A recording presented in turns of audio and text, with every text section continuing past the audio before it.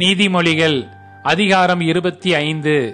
யூதாவின் ராஜாவாகிய எசேக்கியாவின் மனுஷர் பேர்த்தெழுதின சாலமோனுடைய நீதிமொழிகள். காரியத்தை மறைப்பது தேவனுக்கு மேன்மை, காரியத்தை ஆராய்வதோ ராஜாக்களுக்கு மேன்மை. வானத்தின் உயரமும் பூமியின் ஆழமும் ராஜாக்களின் இருதயங்களும் ஆராய்ந்து முடியாது. வெள்ளியினின்று களிம்பை நீக்கிவிடு, அப்பொழுது தட்டானால் நல்ல உடைமை பிறக்கும். ராஜாவின் முன்னின்று துஷ்டரை நீக்கிவிடு, அப்பொழுது அவனுடைய சிங்காசனம் நீதியினால் நிலை நிற்கும்.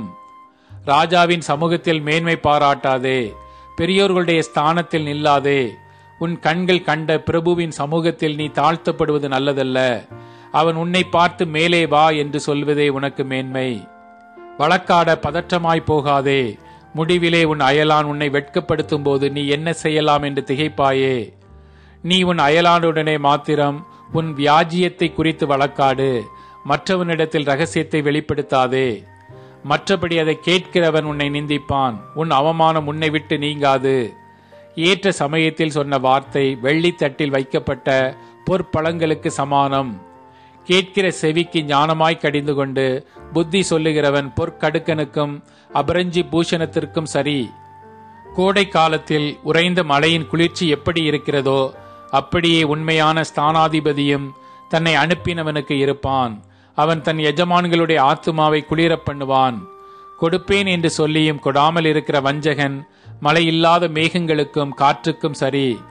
நீண்ட பொறுமையினால் பிரபுவையும் சம்மதிக்க பண்ணலாம், இனிய நாவு எலும்பையும் நொறுக்கும்.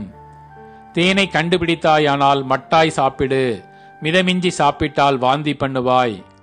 உன் அயலான் சலித்து உன்னை வெறுக்காதபடிக்கு அடிக்கடி அவன் வீட்டில் கால் வைக்காதே. பிறனுக்கு விரோதமாய் பொய் சாட்சி சொல்லுகிற மனுஷன் தண்டாயுதத்துக்கும் கட்கத்துக்கும் கூர்மையான அம்புக்கும் ஒப்பானவன். ஆபத்து காலத்தில் துரோகியை நம்புவது உடைந்த பல்லுக்கும் மொழி புரண்ட காலுக்கும் சமானம். மன துக்கமுள்ளவனுக்காக பாட்டுக்களை பாடுகிறவன் குளிர்காலத்தில் வஸ்திரத்தை களைகிறவனைப் போலவும் வெடியுப்பின் மேல் வார்த்த காடியைப் போலவும் இருப்பான்.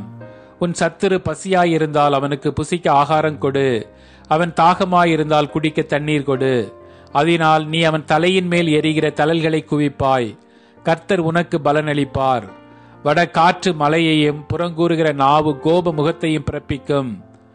சண்டைக்காரியோட ஒரு பெரிய வீட்டில் குடியிருப்பதை பார்க்கிலும் வீட்டின் மேல் ஒரு மூலையில் தங்குவதே நலம். தூர தேசத்திலிருந்து வரும் நற்செய்தி விடாய்த்த ஆத்துமாவுக்கு கிடைக்கும் குளிர்ந்த தண்ணீருக்கு சமானம். துன்மார்க்கருக்கு முன்பாக நீதிமான் தள்ளாடுவது கலங்கின கிணற்றுக்கும் கெட்டுப்போன சுனைக்கும் ஒப்பாகும். தேனை மிகுதியாய் உண்பது நல்லதல்ல, தற்புகழை நாடுவதும் புகழல்ல. தன் ஆவியை அடக்காத மனுஷன் மதிலிடிந்த பாழான பட்டணம் போல் இருக்கிறான்.